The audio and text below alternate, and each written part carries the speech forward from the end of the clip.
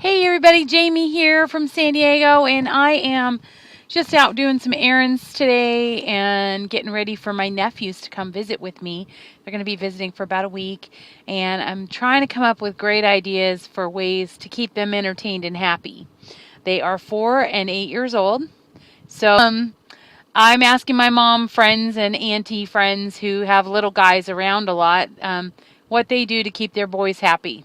And I just realized I'm in the shadows, so I'm gonna come into the light here a little bit. Don't be don't be scared. All right. So anyway, um, anything that you can give me, any feedback, any ideas, any advice, fun things to do with little guys. Again, they're 4 and 8 years old.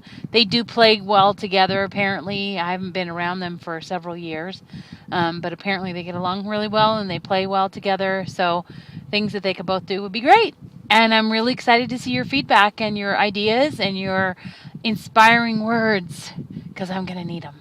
Thank you all so much for taking a look at it and giving me your feedback below and subscribing and liking this video. Have a wonderful day. Bye.